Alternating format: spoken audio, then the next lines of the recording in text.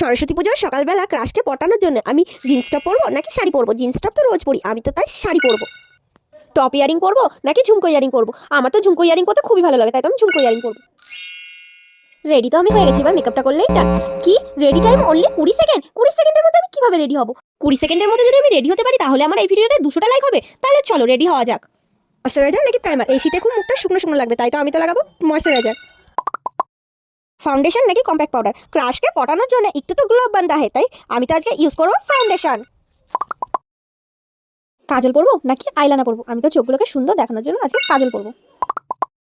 Plus নাকি lipstick? Lipstick দিয়ে আমার দুটো কাজই হয়ে যাবে, তাই লিপস্টিক। হাইলাইটার নাকি সেটিং স্প্রে? মেকআপটাকে ভালোভাবে সেট করার জন্য setting spray. Guys time out হয়ে গেছে, আমি এবার ক্রাশকে পটাতে যাবো কি করে? বন্ধুরা ঝটপট আমার চ্যানেলটাকে সাবস্ক্রাইব করে 50টা লাইক কমপ্লিট করে দাও যাতে আমি ক্রাশকে পটাতে যেতে পারি।